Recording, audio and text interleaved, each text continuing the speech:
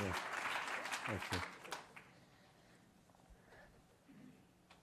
Okay, well, there have been a couple of these talks that have been making me embarrassed about what I have to say. But let me start out by saying I think that greatest man on the planet is an example of damning with faint praise. I like to consider myself the greatest man in the solar system.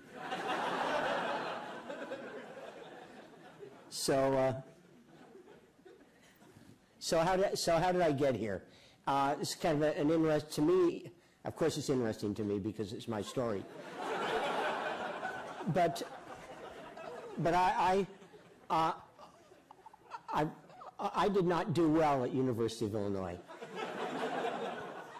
I think I had a B- average, a 2.7 on a 4-point, and I wasn't getting very far. And then I found someone, a faculty member, in a course I really enjoyed, who said, you know, Bill, you have one chance to screw up, and you've had your one chance. Let's see what you can do about changing your life. So I went to Western Michigan University, and I found another man, Fred Galt, that believed in me. And from there I went to Emory University, and I got a terrific education, a PhD in anatomy, classically trained. You know, I can teach anything with respect to the body, more or less. And then amazingly, after my undergraduate errors, I was able to come here. I came here in 1976 as a postdoc, thinking I'd be here for just a couple years, and here I am 39 years later, still here. And I came with to study with Gordon Shepherd.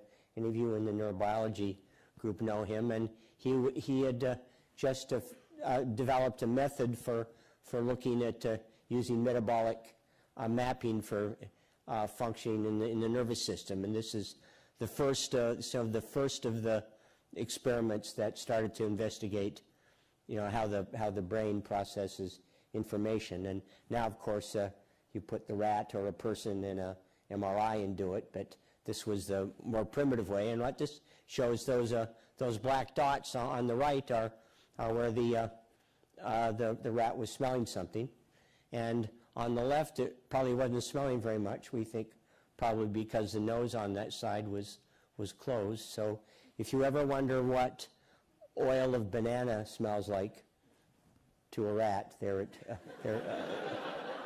is. And then along the way, and I'll explain in a bit why, I got myself associated with a group that was interested in the devastating effects of premature birth, and I had the pleasure of working with a number of people. But this is a result of a study in a newborn special care unit looking at the incidence of a grave problem. I won't bother you with the anatomy, but basically bleeding into the brain. And using an animal model of this disorder, we were able to produce a reduction in this problem in our animal model, and then over the course of time that got transferred to the special care unit, and something actually got done to babies. So, you know, we think here we are, we're not really doing anything, but we're all working towards doing good, and to me this is one of the things I'm most proud of. And so I'm often asked, you know, I'm on the admissions committee, so people often ask me what are the best things about Yale. So I say that there are two things.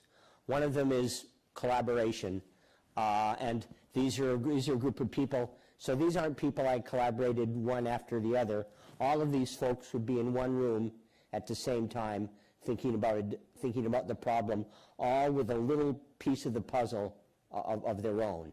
And they're, as you see, from different departments, and if you take different views of the same problem, you have a much better chance of solving your issues. So here, two of my collaborators, they're not thing one and thing two, but they're two people I'm very, very fond of, Laura Ment and Flora Vaccarino. So I guess the take-home point here is look outside your discipline for ideas and collaboration. So this is what I teach in the Anlyan Center. I'm towards the end of my career, so I mostly teach. And here I've, again, teaching collaborators. I teach gross anatomy and neurobiology to a range of students. And the way we're able to do it successfully is we have people with different talents. Anatomists, surgeons, nurses, neurosurgeons, and basic science neurobiologists. So, and here are two of them, not thing 1 and 2, Larry and Harry. So the second thing here is are the students. Are there any PAs in the class? Well, there we go. Thank you. Let's give it up to the PAs that nominated me.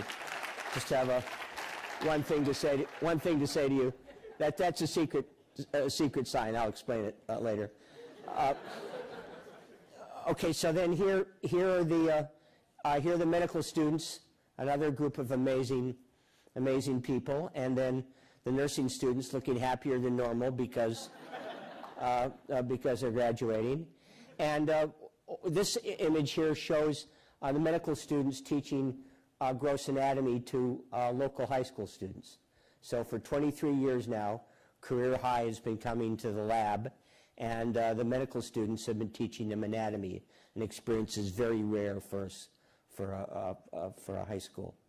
So, and along with this, I'm continually amazed by their humanity and their humility, as well as their ability to do science. And this is an example of a gift they gave us when the course finished.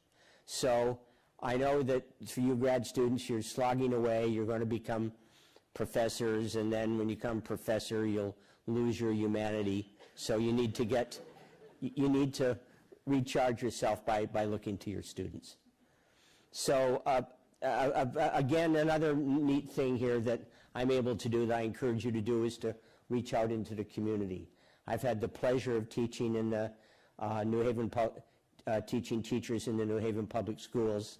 This particular image here is of a class where I was teaching everything from kindergarten teachers to high school teachers about anatomy.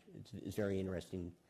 Then along the way, everybody needs to know anatomy, and I taught the hospital paramedics need to know anatomy. I've been able to bring them into the lab and give them I think a unique experience to be able to take the chest plate off and see where the heart really is. So the first time they encounter it in the field, they'll know what to do. And then the Yale Police Department, I've worked with them in the bomb squad. I don't know who that guy in the middle is, but he needs protection.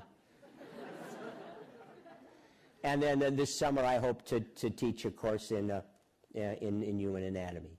So I guess my main take-home points are to be able to learn how to explain your work so everyone understands it. A major problem with the world at large is that we don't speak language that people understand, and we need to learn how to explain things at different levels.